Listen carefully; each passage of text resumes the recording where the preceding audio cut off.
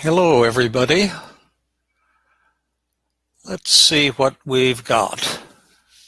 We're about 1 minute from beginning time, and I'll just write a comment here. Welcome, everybody. And Lisa is, Kelly is here. And can you hear me okay, Lisa? Can you give me an indicator on that?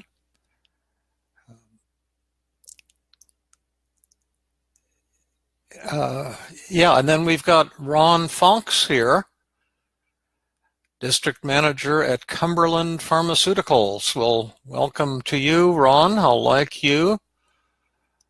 And I'm hoping everyone can hear me. I'm liking, oh, and here's Rob. Hi, Rob. My heart always leaps for joy when I see you responding to a Feeling Good podcast with your wonderful emails, Rob, or listening here live. And just to get us started, and I'm assuming people can hear me. I hope you can hear me. Oh, I see Julie Ann Lindeen, a familiar name now, and also Quiteria Cordero. Welcome and thank you. It's, let's see, what's the date today? It's February 11th, Sunday afternoon. I'm broadcasting from Los Altos, California, as usual. I'm here in my office at home. Hi, Phil, just joined. Yeah, I'm just liking some folks. And we had our Sunday hike as usual this morning. We had about 10 people. It was great, as it always is. We didn't do our dim sum feast. For some reason, people had other commitments. But that allowed me to prepare for today's broadcast. And then after the broadcast today, we're going to record a Feeling Good podcast, another live therapy session with an individual who's experiencing some problems in his relationship with his wife. And maybe we will publish that.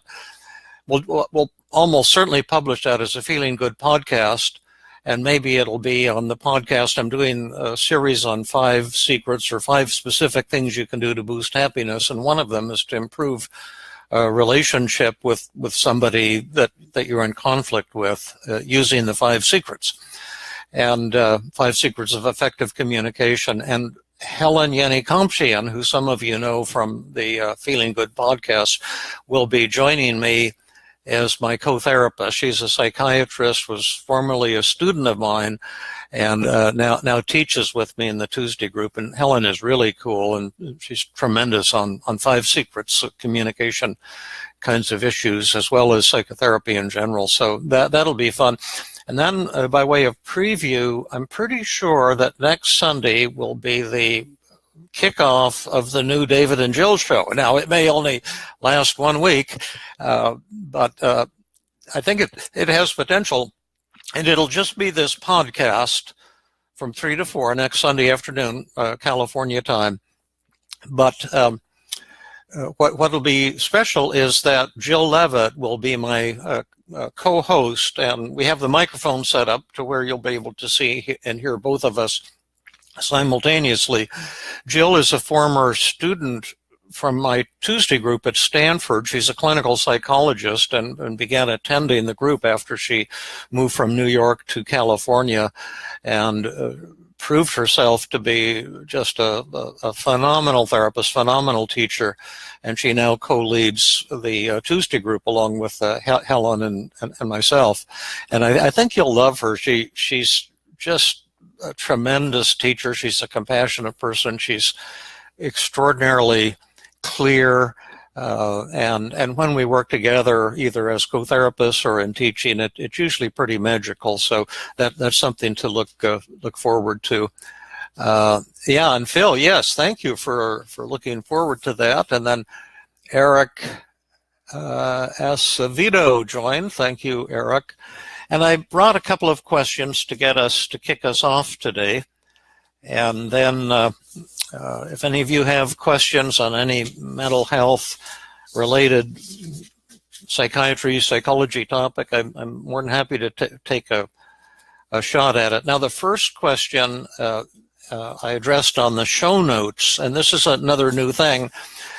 On my website, feelinggood.com, I published a blog today on my Feeling Good blog, and it's the show notes for this first question. And if you want to get more information, probably maybe Lisa can maybe put the link to that blog, so you can link over to it, right now if you want. But the question came from Don, and how does CBT work in treating anger related to trauma and PTSD, or post-traumatic stress disorder? Could you address this in the next session? And I'll just give you a little preview of that right now, and maybe I'll devote another whole Feeling Good podcast to that. But for links, I'll answer the question. But if you go to my website and to this Feeling Good blog, which is about what we're doing at this very moment, you can link to three resources on this.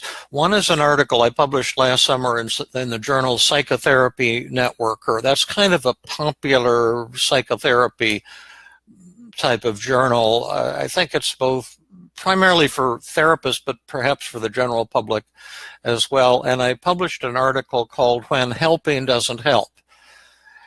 You can find it if you just Google When Helping Doesn't Help, David Burns, because I'm the author of the article, and then it'll pop right up as a link, or you can find it on my Feeling Good podcast that I just published an hour or so ago.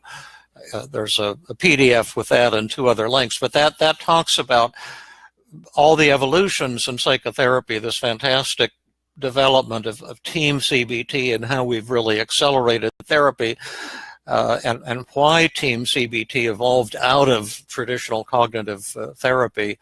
And I give an example there of how I treated a woman who had decades of horrific trauma, marital abuse, and was able to bring her from, decades of incredibly severe depression, anxiety, anger, shame, complete elimination of symptoms, really, in a single therapy session. And so you can see exactly the theoretical basis of team CBT for trauma, as well as the practical application, how it works for an individual. There's also a link there to another live session that you can actually hear the whole live session on a Feeling Good podcast. It was the live therapy with Marilyn, and you can get the exact link to it. Matthew May, a former student, was a co-therapist, and we worked with a colleague who had just been diagnosed with stage 4 lung cancer. Tremendously traumatic event for anyone. It was a shock to her because she'd never been a smoker. She went in for a routine physical, had no reason to think anything was wrong, and the doctor, diagnosed essentially terminal lung cancer, and she was in a state of intense panic, rage, horrific depression, shame, guilt. And again, you can see the whole session unfolding and how my colleague and I, Matt May, brought her from the depths of despair to really joy and relief, as I say, in just a single session.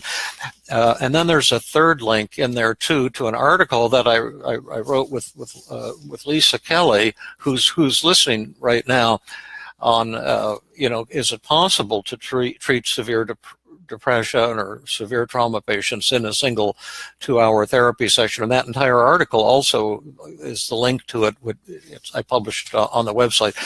The brief overview is that, in my experience, and this may seem like sacrilege to people who have a different belief, a different training, a different school of therapy, but throughout my entire career, severe trauma patients have always been the easiest for me to treat. Even before I had team CBT, when I was just with traditional cognitive therapy, and it was always very, very short-term treatment. And the whole cognitive model is so powerful for trauma, because the idea behind cognitive therapy, it's not the traumatic event. And gosh, we all get traumatic events. You know, we have family members die, loved ones die, horrible things. You know, no one can escape being kicked in the stomach by life. I did a podcast Wednesday night that we'll be publishing soon with Daisy, whose traumatic event is being unable, or having difficulty with her husband becoming pregnant, and feeling tremendous pressures from societal messages. Your women must have babies, and you know, she's been struggling with that for years. But it's the thoughts, not the event that creates the pain. It's the interpretation of the event, and that can be potentially liberating, because if you've had a traumatic event, you can't usually erase the event and make it not have happened. It did happen, and it probably was genuinely horrible, but your pain never comes from the actual event. It comes from these distorted messages, and when you change the way you think, you can change the way you feel, and to a dramatic degree, and often with amazing speed. So that's always been, you know, the cognitive approach to trauma. But now in the team therapy, I've added this fantastic new dimension of motivation and resistance, and have found that it's also vitally important that although the trauma patient, like all depressed or anxious patients, is eager for relief, there's a part of us that clings to the suffering, that doesn't want to let go of the suffering, and for good reason. And so we also, in team CBT, we deal with resistance right up front, within maybe 20 or 30 minutes of meeting the patient for the first time, and melt away the resistance to change, to letting go of the depression, the anxiety, the shame, the rage, the anger, the hopelessness. And when you eliminate the resistance to change, and then the patient and therapist are working together as a team, and it's really easy to blow the negative thoughts out of the water. I'll probably leave it at that, but we can go into that a lot more. You know, in the future, if people have that interest of hearing more about the team approach to trauma, because it's really fascinating, and it's where you can see these fast changes. I'll just give you one more quick example of that. I did so you can see how this motivational piece works. I did a live demonstration in the summer intensive a couple years back, and Jill Levitt, who I'm going to do this show with next week, was my co-therapist, and the patient was a volunteer from the workshop, an individual who 9 years early, who had been struggling with depression and anxiety and anger and shame and guilt for 9 miserable years, because when her daughter was 12, she said, "Mommy, can I go out and play, you know, after dinner with the other kids?" And she had paused and thought, I don't know, it's a good idea. But then she thought, gosh, I've let her out every night to play for years. So yeah, go on out. And then her daughter went out, and some boys snuck up on her and shot her in the face with a high-powered pellet rifle. And it shattered on her teeth and caused a lot of damage to her mouth and face, requiring a lot of surgeries. And the daughter had intense symptoms of depression and anxiety and self-doubt following that traumatic event. And then the mother was the one who volunteered, and you know, she'd just been in hell for 9 years. And well, why was she upset? It wasn't her daughter getting shot, although no one would want her daughter to get shot, but her thoughts about it. And what she was telling herself was things like, "I'm a bad mother. It was all my fault." Hold the line just a second. This may be a call related to the hike, which could be cool. Yes. Oh. Fantastic, Kyle. And I'm broadcasting live at this very moment on Facebook. Yeah, in fact, if you talk, you can talk now, and they can hear you probably. Are you talking? Yeah, I'm talking now. I've got my work past the 5 minutes that we agreed. Oh, I don't know if that's loud enough to go into the sound system here, but that's really neat. Congratulations. I'll briefly explain to the audience what happened, but enjoy. Do you get a boost out of that?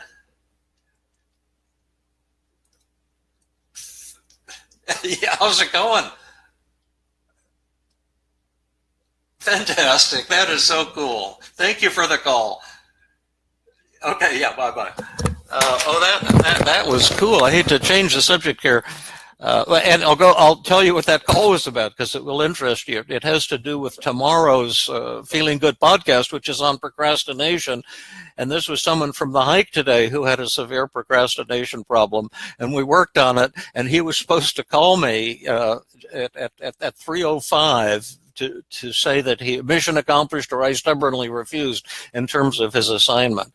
And he just called to say he'd actually completed the assignment and he's on top of the world, and he had actually done 3 times as much as he had planned to do. So that's neat. But at any rate, this woman was saying I'm a bad mother and it's my fault that my daughter was shot, and I can't allow myself to be happy when my daughter is suffering, and I've ruined her life, and all kinds of things like this, and then you see the resistance to change, has to, if you press this magic button, all your negative thoughts and feelings will disappear.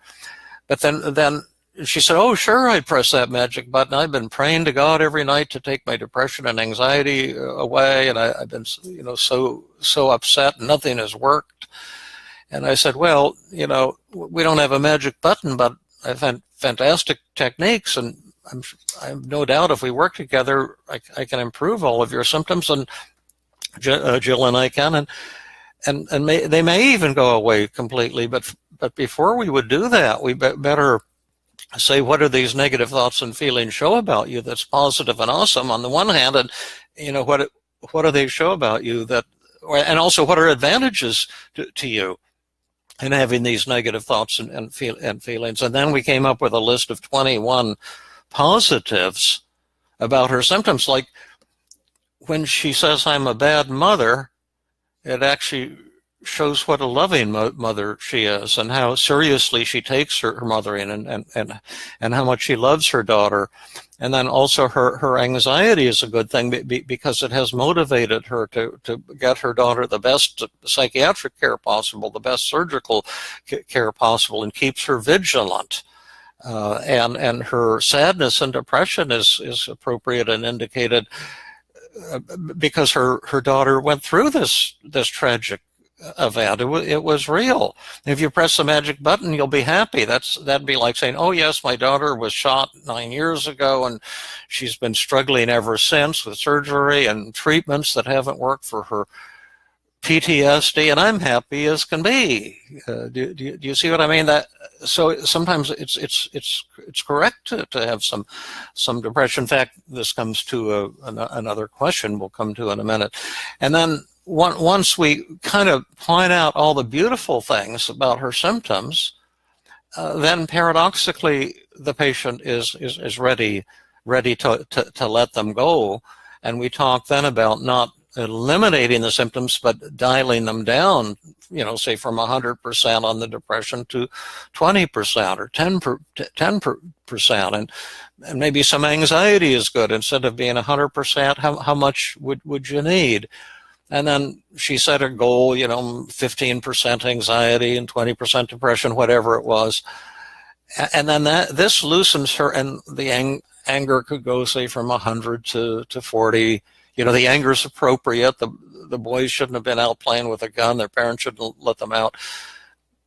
All of these things have positive aspects. And then once she sees that, in the first place, it's mood elevating because she no longer has to be ashamed of her symptoms, but it also releases her subconscious mind to being willing to work with the therapist, because the resistance has been addressed, and we're not going to make the symptoms go away entirely. We're just going to lower them to a slightly lower level. And then what typically happens is then when you get into the methods like externalization of voices, acceptance paradox, paradoxical double standard technique, identify the distortions, downward arrow, and all of these cool techniques, they work really rapidly, and generally the symptoms are eliminated completely. And that's what happened, in this case. Her symptoms absolutely went to zero. In fact, they went below zero because she went into a state of euphoria by the end of the 2-hour session. So that's how team CBT works with trauma problems, and then that answers the next question that I was going to address. But let me read it to you, and then this is from Lisa, but another Lisa Thompson, regarding the purpose of depression. Lisa is a 53-year-old female from Australia and an amateur psychology student. She says, I have 5 of your books and I'm listening to your podcasts, and I was intrigued by the paradoxical agenda setting part of TEAM, where the patient is encouraged to think about what their negative emotion showed about them that was beautiful. Exactly, Lisa. That's what I was just referring to. So that got me thinking, and I'll try to keep this brief. As there is value in feeling physical pain, so there is value in feeling negative emotions. Absolutely, there is. Anxiety and anger are recognized as being part of the flight or fight response, and therefore serve a purpose. What about depression? Does it serve a purpose? Does depression act as a reflection of your personal values and that you don't see yourself living up to those values? Absolutely it can.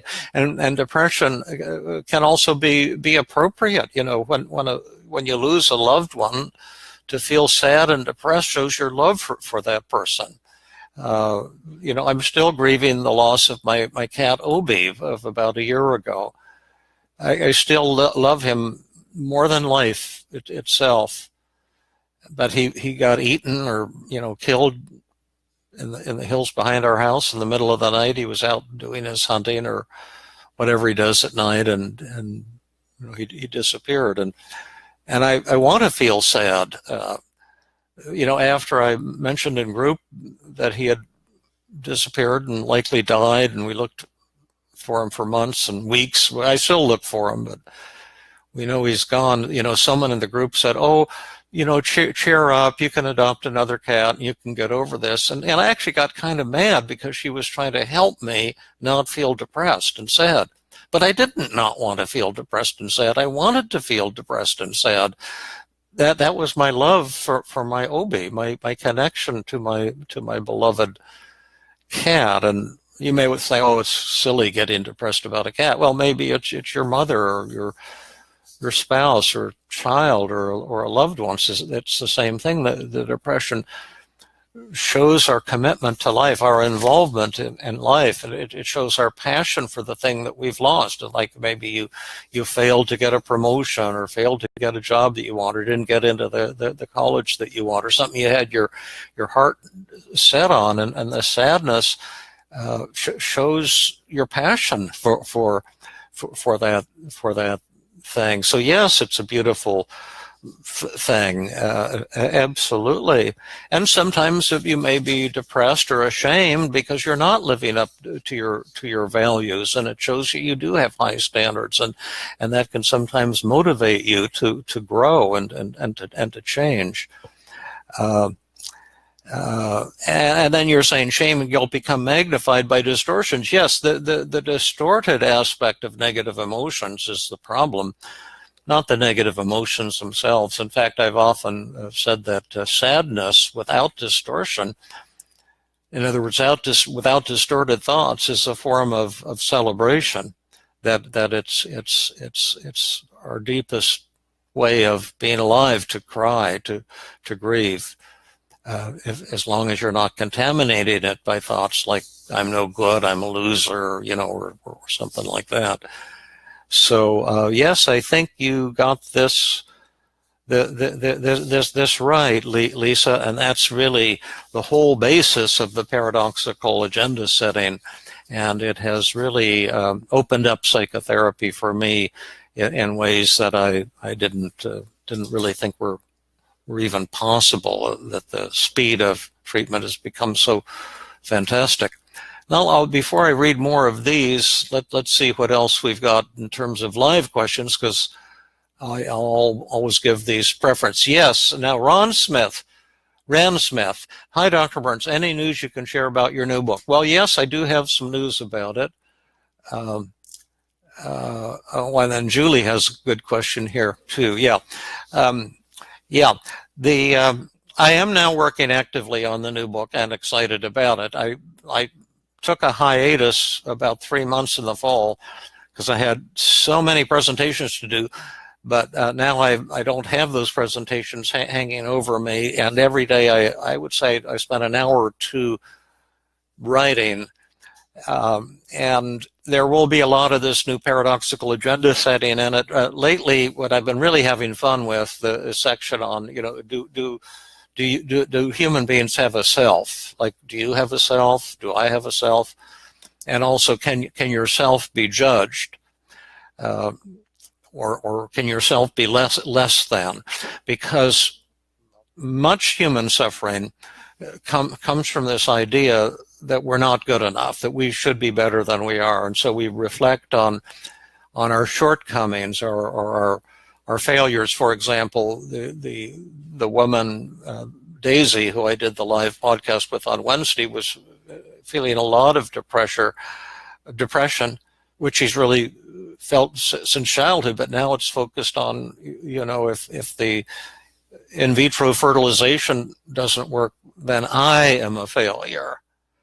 See, we go from the specifics, like I'm having trouble getting pregnant, there may be a reproductive issue or some problem there that's blocking my capacity to become pregnant, to the fact that I am flawed, I'm not good enough. And that's where the pain comes, when we generalize from some specific deficiency that we have, or deficiencies, to saying, therefore, I have a self that's inferior or defective or worthless or no good, or something like that. And it's just giving me an awful lot of joy. I don't know if the book will be any good. I have a few people I'll send some chapters to once I get it smoothed out enough to see what they think, and you never know. But I'm really having fun writing about this, because I'm all fired up about it. And having a self is just like being in prison. But it's a mental prison, a prison we create for ourselves, but it's every bit as much a trap, if not more, than being in an actual prison with metal bars, because it limits you, it traps you, it prevents you from having the capacity to really experience joy. So anyway, there's a little stuff on the new book, and I spent a lot of time editing. I like to go back and re-edit things to try to improve the tone of it, and if it's got a wacky or pompous tone or something, try to get that out of there, get a good tone and make it real clear. Let's see, Julianne Lending, how do you define trauma? Can trauma be measured? Is trauma considered that which is housed with PTSD? Thank you for your notes. Whoop, whoop. Okay, good. Yeah, well, you're welcome for the notes. Yeah, there's no such thing as an inherently traumatic event. That's one of the many errors with the DSM. We need a DSM, Diagnostic and Statistical Manual, so we're know what we're talking about when we're doing research, like on social anxiety or shyness, so we can define the patients and define the people we're working with, and we need a diagnostic system clinically too, but the one in the DSM just sucks. I shouldn't say that, but it does. It just has so many statistical and conceptual and philosophical flaws to it. And one of the flaws, they have this thing called PTSD with these 4 typical symptoms that you're supposed to have. Well, in the first place, most people have had severe traumas don't have those 4 symptoms. But they have a lot of symptoms. They can have any kind of symptoms. You can have anxiety, you can have depression, you can have relationship problems, you can have habits and addictions. But another thing, see, the PTSD imagines that there's these things called severe traumas and then mild traumas. But that's not true. All of your reactions, 100% of your emotional reactions react is based on your thoughts about what's happening, not what's actually happening. And when I did my research on my Easy Diagnostic System and I was validating the PTSD scales that I created, I asked the patients at the Stanford Hospital on the page before they took the PTSD test that I was validating, have you had any severe traumas in your life? And I thought, based on my training in psychiatry, a few people would have one very severe traumatic event. That's how it's kind of described in the DSM. But then I learned it's never like that. Every single patient had at least 12 to 15 traumatic events that they listed. I couldn't believe it. They had, my father left my mother and I've never seen him, and I was beaten by my mother, and then my boyfriend died, or my girlfriend died. All these massive numbers of traumas. And so it isn't that maybe a soldier has a traumatic event and then gets this thing called PTSD. That's just not the way it works. And then in addition, it's your thoughts about it, because there could be a very severe traumatic event in the eyes of some people that is not a traumatic event in the eyes of another person. I think I mentioned last time, maybe I didn't, but one of my favorite TV shows is called The First 48 Hours, and it's homicide investigations. And it's actual documentary. It's not reenactments, and they'll typically investigate 2 murders in each hour-long episode. And it's really interesting because the detectives are these really down-to-earth people, and it's so interesting how they get these horrible murdering types, just these hardcore gang members, to confess and burst into tears. You'd think it's impossible. They can't always get them to do that, but they more often than not can. And they use the 5 secrets of effective communication, interestingly. They treat them, with a lot of warmth and admiration and respect in this non-blaming way. It is so interesting. But at any rate, when you have a murder, some people who are, say, family members of the one who's murdered are horrified and depressed and devastated by the loss. But then the people who did the murdering are thrilled. They're happy about it because, he got what he deserved. I got back at him, that type of thing. And so it's the way you think about the event, and that's and so you can't quantify a trauma per se. You can only quantify the way that people think and feel. And in team therapy, we use the brief mood survey and measure the severity of depression at the start and end of every session, the anxiety at the start and end, the shame at the start and end, the anger at the start and end, positive feelings. And I've developed scales that you can measure human emotions with a good 95% accuracy with short, brief, user-friendly scales. And that's what we're focusing on changing is the way people feel and the way people function. You don't treat the trauma per se. The trauma per se doesn't exist.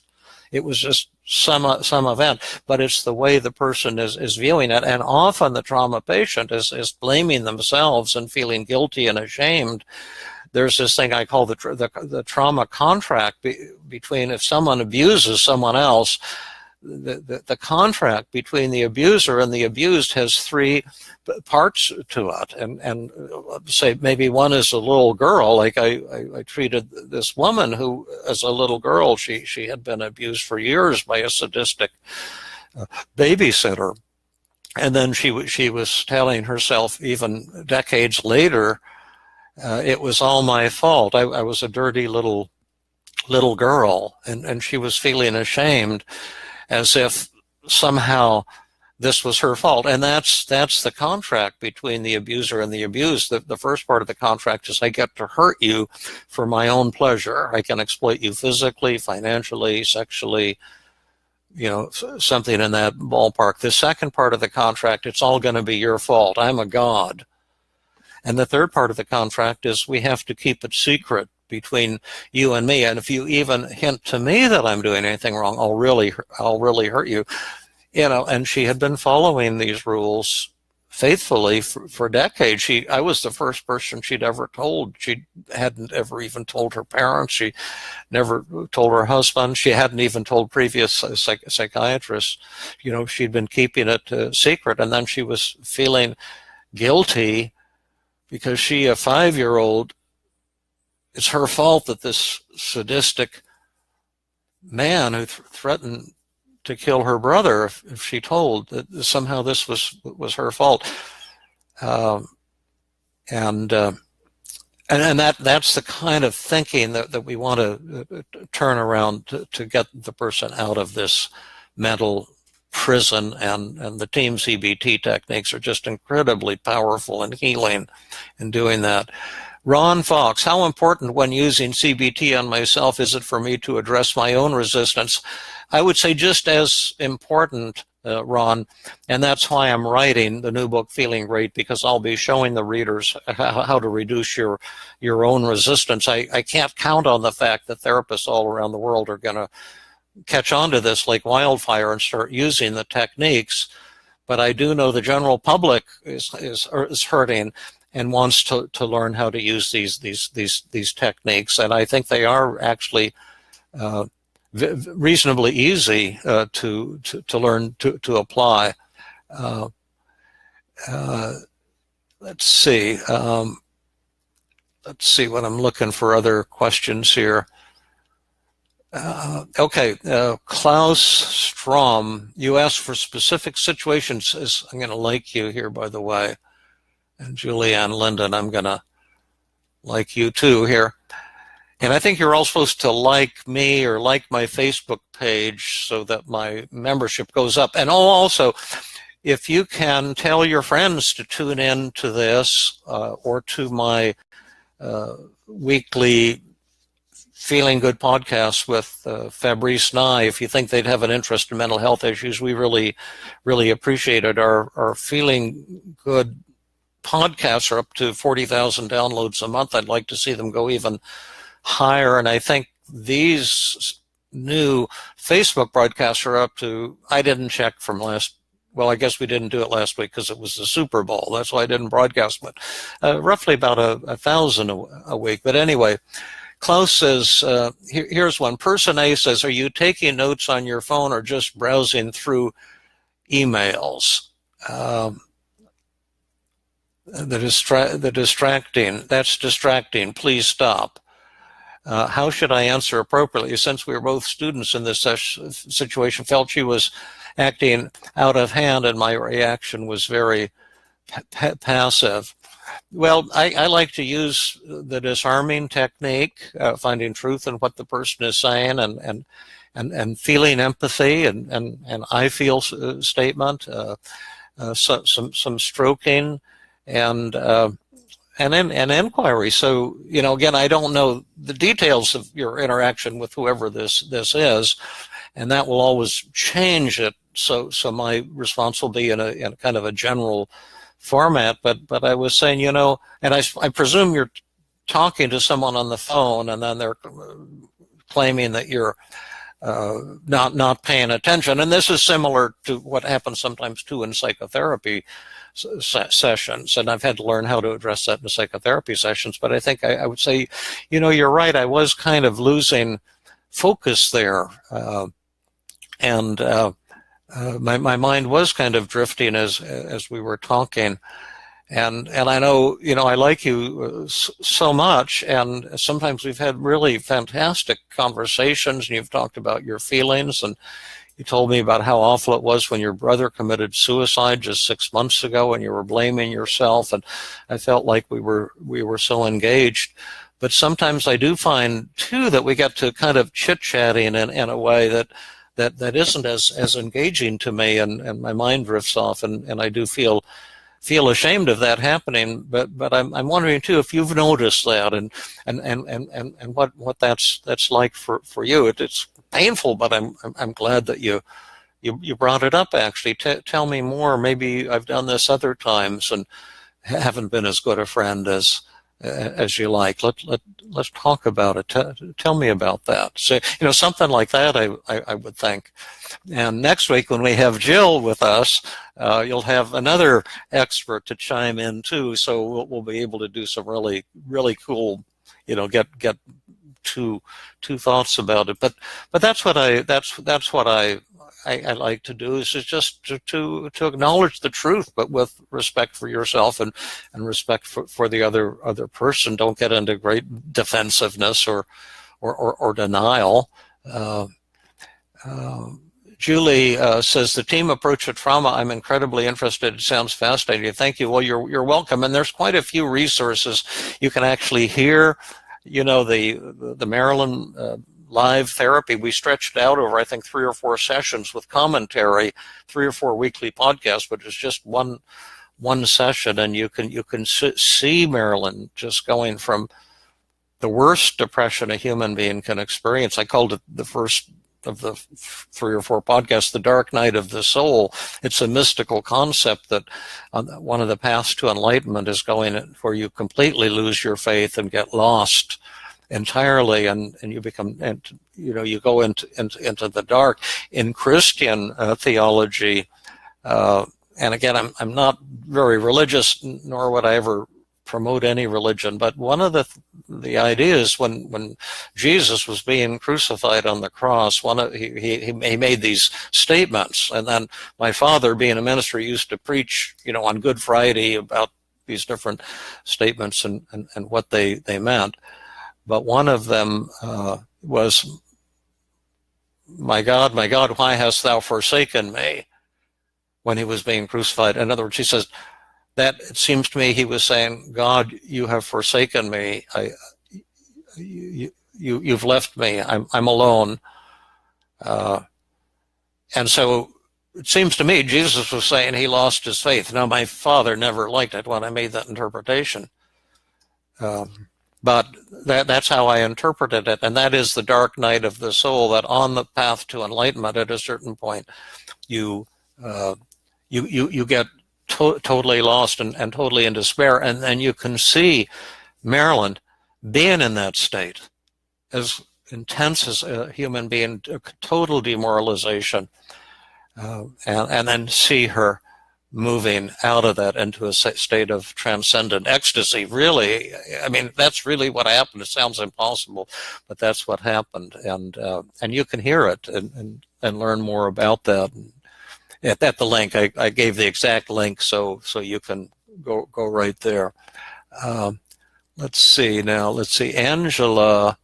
I love that you answered the phone. Oh, yeah, so flexible and in the moment. Yes, yeah. And then Kyle, who was on the phone, he said he might give me permission to see. I treated his procrastination on today's Sunday hike among many people that I worked with, and then I asked him if the recording was good enough, could I maybe publish it as a Feeling Good podcast so you can actually hear me treating someone for procrastination. And so I hope that will come to pass.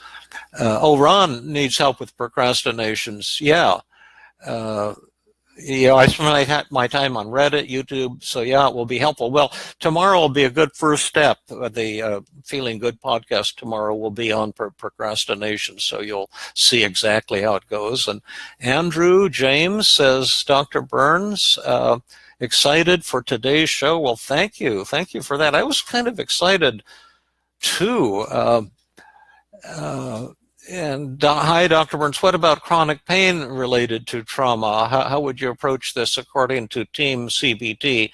Well, this is one of my favorite topics. I'll just be real brief about it. But I've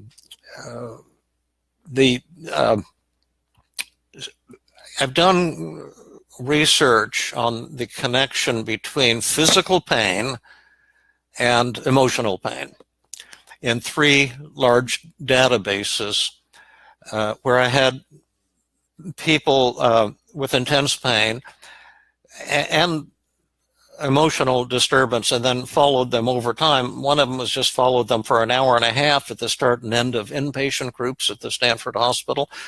And then I had another all the way up to a group of 1,000 patients I studied from University of California, San Francisco, who had arthritis and depression and measures over a 10-year period of time, and a third database too.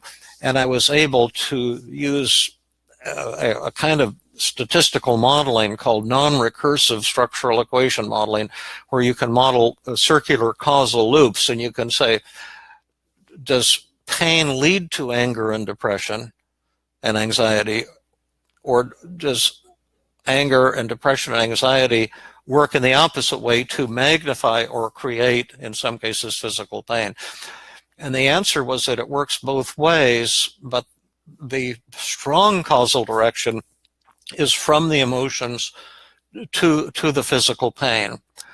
And so when people are upset, any physical pain they have can be magnified massively. And I give you a personal example. Oh, I hope I haven't done this already on the podcast. But essentially what it means is that if you can work with someone who's in physical pain, and if they will allow you to treat their depression and anxiety, and you can do that successfully to make the depression, anxiety, and anger improve or disappear completely, it will have a powerful causal effect on the pain. And the causal effect is that on average, now this is over hundreds of patients, 50% of the pain will disappear.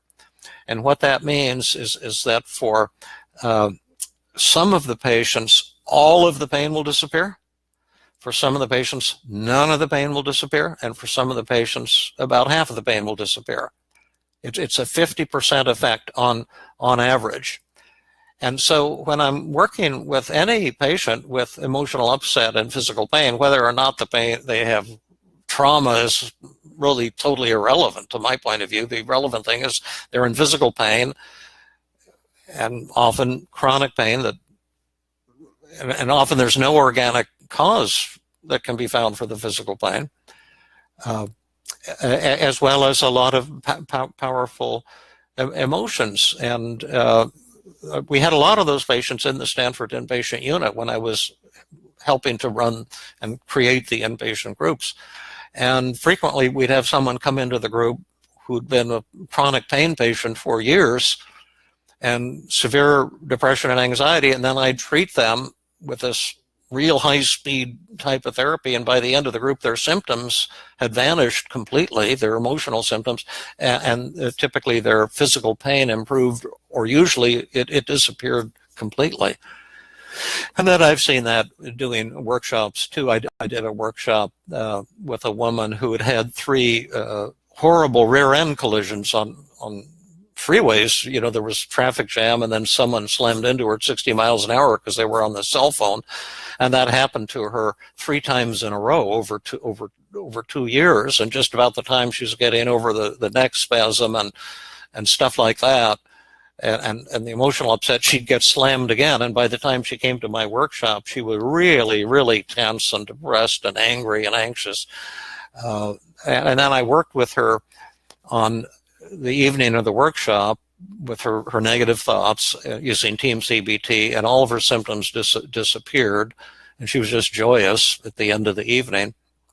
But then the next morning, she told me that she still had some pain. Her pain had been 80 out of 100, and I forgot to check it at the end of the live demonstration, and I think she said it was still up around 50 or 60. So I said, oh, I forgot to use a technique called visual imaging and cognitive flooding. What I want you to do is take the most recent rear-end collision and picture it. You said you get terrified and you see it in your mind's eye, and you see the broken glass, you see the car going through the air, and all of that, and make yourself as anxious as you can, and intensify the pain as much as you can. And She got it up to 80%, and I said, well, make it more vivid, make it worse, and can you get up to 90? Can you get up to 95? I want you to flood yourself with the anxiety and the pain, make it as awful as possible.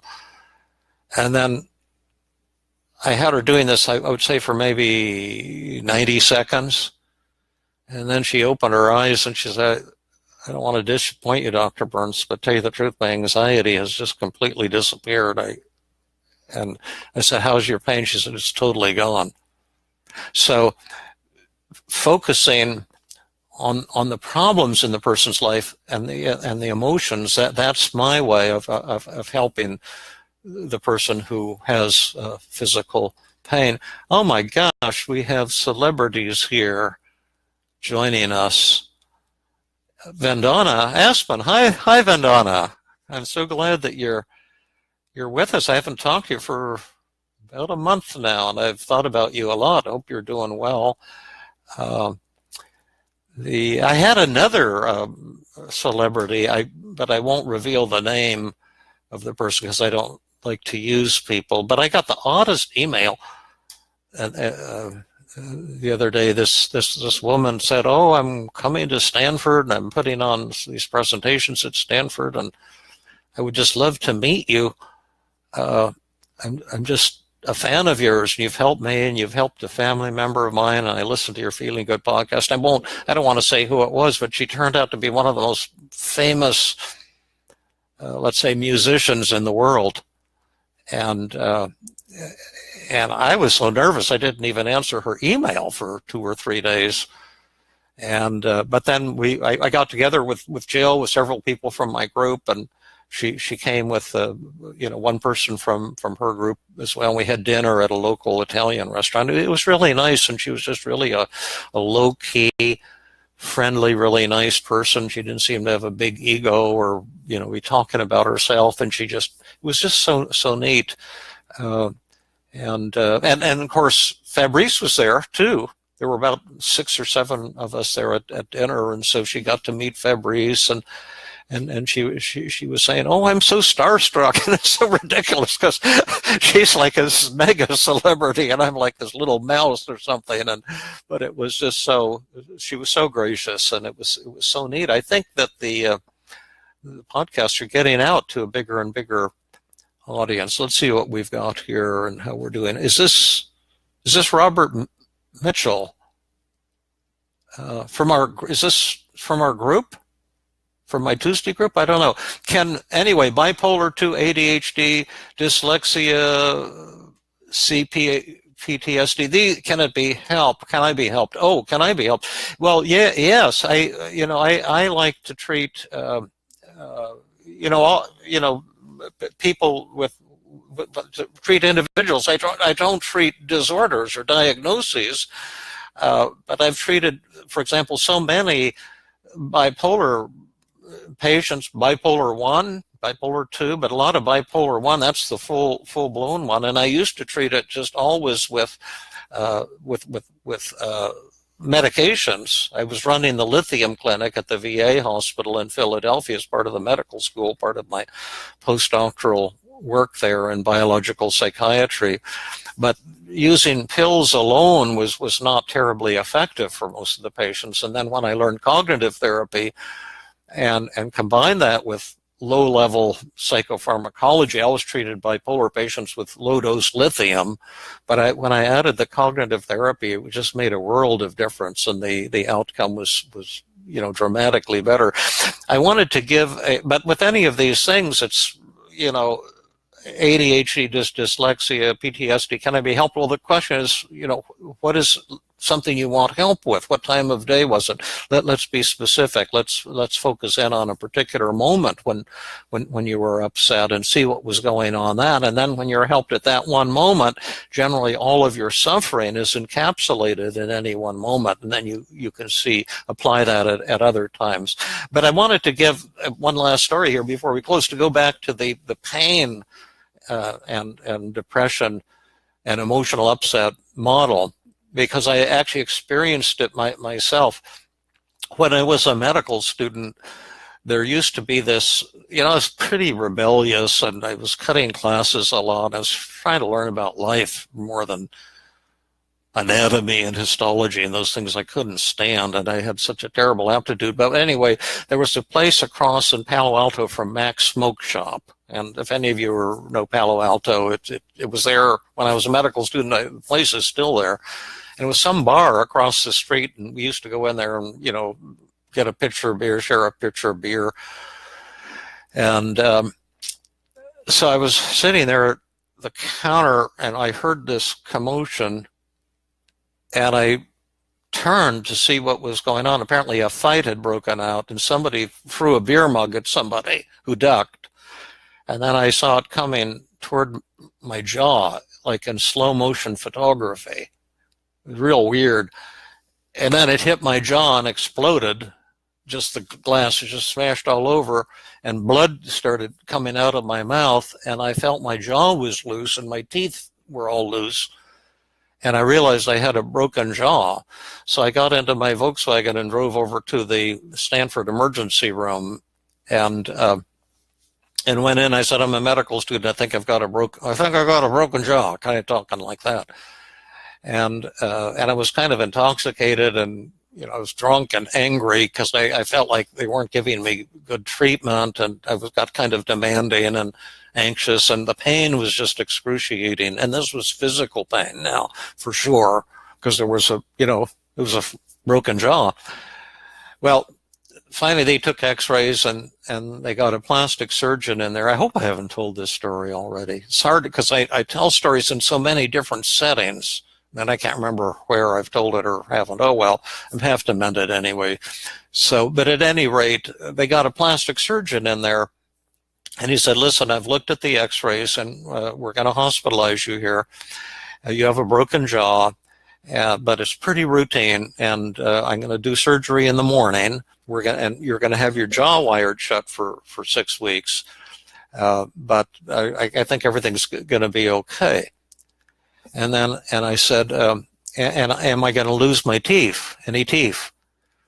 And he said, well, you've got some real loose teeth there, and it's possible, but I don't think so. I think you've got a good chance that you'll be able to save those teeth. And after 6 weeks, when we take the wires off of your teeth, you'll have to brush with a water pick. But after we take the wires off, then you can go to an orthopedic specialist, and he'll check you out and see what's needed. And then he said, I think everything's going to be okay, David. And he says, but I know you're in tremendous pain. And so I've ordered these shots, injections for you of like morphine or Demerol or something like that. And he said, just take as many as you want, because I want you to be comfortable tonight. And then he put his arm on my shoulder. And he says, everything's going to be okay.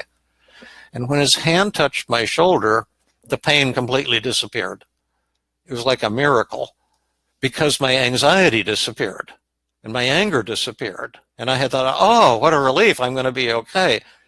And whoosh, the pain was gone. I never needed any of those shots. I never requested any of them, because there was no pain at all. And that was the first time I became so clear of this tremendous connection between emotional disturbance and physical pain.